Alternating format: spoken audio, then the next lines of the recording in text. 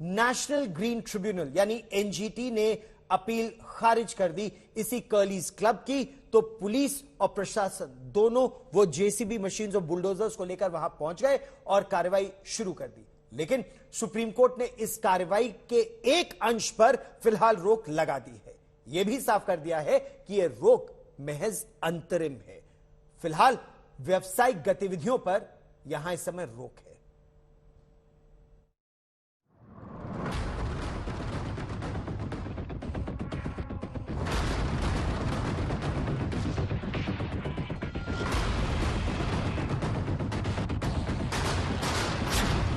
Curlies club पर आई कयामत।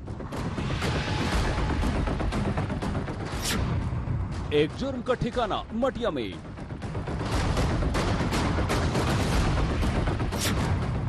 मिट्टी में मिल गया नशे का अड्डा। ऐसे होता है किसी का वजूद खत्म।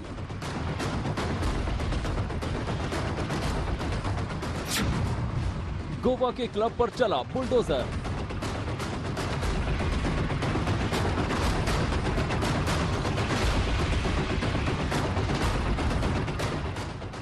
नॉर्थ गोवा के अंजुना बीच के पास समंदर के किनारे ये वही ठिकाना है जहां जुर्म को पनाह मिला करती थी। पहले ये कर्लीज क्लब ऐसा दिखता था जिसकी शान और जिसका रुआब गोवा के हर सैलानी की जुबान पर होता था। आज इस कर्लीज क्लब का गुलशन उजड़ गया है।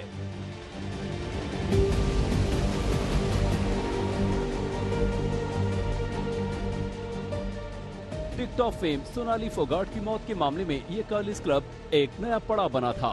इसी रेस्तरां में सोनाली फोगाट की ड्रग्स के ओवरडोज से मौत हुई थी।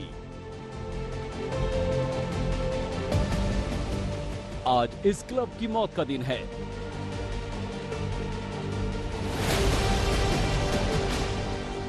जहां सोनाली ने आखिरी सांस ली थी, आज उसे बुलडोजर से जमींदोज किया जा रहा है। कर्लीज शेक्स से ये कर्लीज शेक्स जो है आप देख सकते हैं पीछे हरा कलर का स्ट्रक्चर है। जेसीबी जो है अब अपना रास्ता बना रहे हैं। कर्लीज शेक की तरफ जाने के लिए कोई रास्ता नहीं था, इसलिए खुदाई करनी पड़ी है। ये ऊंचाई से खुदाई कर 3 माले का ये जो शेक है इसको धीरे धीरे डेमोलिशन करने का जो काम है वो अब जेसीबीज ने शुरू कर दिया है। तो आप देख पा रहे हैं कि जेसीबीज जो है धीरे धीरे कर्लीज शेक पर पहुंच रहे हैं। कई घंटों का डेमोलिशन ये ड्राइव हो सकता है। ऐसा सुनने में आ रहा है कि कर्लीज के जो वकील है वो बता रहे हैं कि सुप्रीम कोर्ट में उन्होंने एक अर्जेंट हियरिंग के लिए अपील फाइल की है डेमोलिशन रोकने के लिए। उनका ये कहना है कि एनजीटी ने कल उनकी एप्लीकेशन रिजेक्ट किया, जिसका ऑर्डर 1 बजे दोपहर में मिला, जिसके बाद आज ही आप देख सकते हैं कि पुलिस के बड़े बंदोबस्त के साथ यहाँ पर पूरा जो डेमोलिशन ड्राइव है वो शुरू हो चुका है। ये स्ट्रक्चर ही आप देख सकते हैं कि कितना बड़ा स्ट्रक्चर इस वक्त यहाँ पर देखने को मिल रहा है। बिल्कुल समंदर किनारे साउथ अंजुना बीच जो है गोवा का बिल्कुल समंदर किनारे है। रेस्टोरेंट में आप बैठ करके फर्स्ट सेकंड लेवल पर सामने देखेंगे तो समंदर सीधा दिखाई देता है। अगर हम आपको अंदर इस क्लब का गोवा में बड़ा नाम था। ये क्लब गोवा में नशेड़ियों का एक बड़ा अड्डा बन चुका था।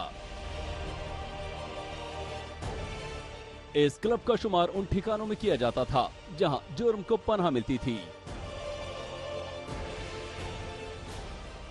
देखिए ये अभी जो ग्रीन ट्रिब्यूनल है उसकी अपील के जो फैसले में साफ जाहिर है कि ये इलीगल था।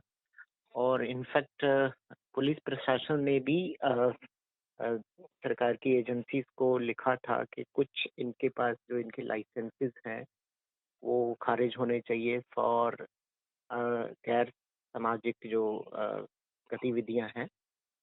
तो ये प्रशासन ने इस बार इस फैसले के बाद तुरंत कार्रवाई करके जो इस तरह की गैर कानूनी कार्रवाइयां हैं उनको करने वालों को एक बहुत बड़ी चेतावनी दी है और ये पुलिस को भी बहुत मदद करेगा इस तरह से। ये क्लब कानून को ठेंगा दिखाने के नाम पर गोवा भर में बदनाम था और इस क्लब की बदनामी के किस्सों ने तो 7 समंदर तक पार कर लिए थे। गोवा में जिस कर्लीज क्लब में नेता सोनाली फोगाट की मौत हुई थी, उस क्लब पर सरकारी बुलडोजर ने कहर बरपाना शुरू कर दिया है।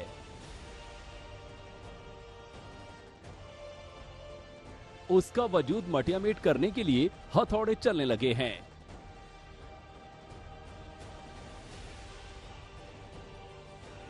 अब जरा इस सरकारी चिट्ठी पर नजर दौड़ाइए। इन्हीं इबारतों की आड़ में गोवा के इस बदनाम क्लब को खत्म करने का फरमान दर्ज है। यही वो सरकारी खत है जिसके सामने आने के बाद ही इस क्लब की उल्टी गिनती शुरू हो गई थी। नेशनल ग्रीन ट्रिब्यूनल ने गोवा के रेस्टोरेंट कर्लिस के ध्वस्तीकरण पर रोक लगाने वाली याचिका को एक हफ्ते पहले ही खारिज कर दिया था और उसके बाद ही इस क्लब के वजूद को खत्म करने का रास्ता पूरी तरह से साफ हो गया था। 15 दिन ऐसे ऑर्डर पे है, within 15 days to be demolish, ऐसा है। आप कब अपील किया है? सर मैंने आपको पहले ही बताया है, मेरे को ऑर्डर कल 1 बजे अपलोड हुआ है वेबसाइट पे, अभी 24 घंटा भी नहीं हुआ है।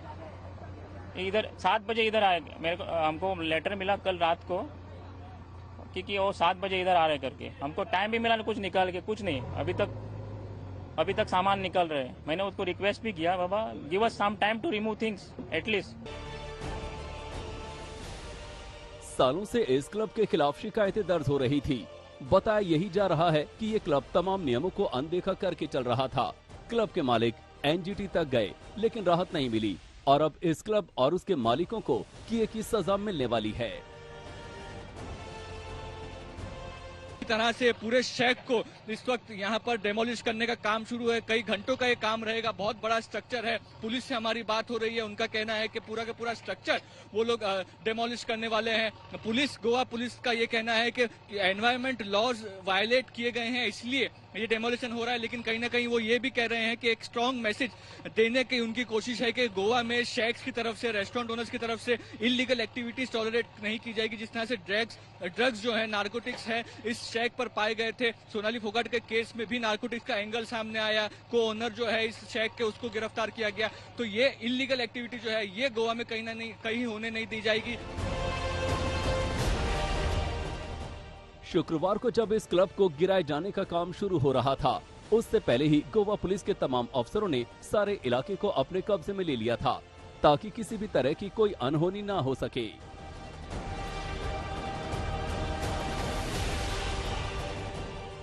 सच कहा जाए तो किसी भी गुनाह की पनाह को अपना वजूद बनाए रखने के लिए बेशक जमीन आसमान एक करना पड़ता हो, लेकिन एक बात तो तय है कि एक बार निजाम की आंख फिरी नहीं कि सब कुछ ऐसे ही मिट्टी में मिल जाता है, जैसा नॉर्थ गोवा के अंजुना बीच के पास बना ये कर्लिस क्लब का हुआ।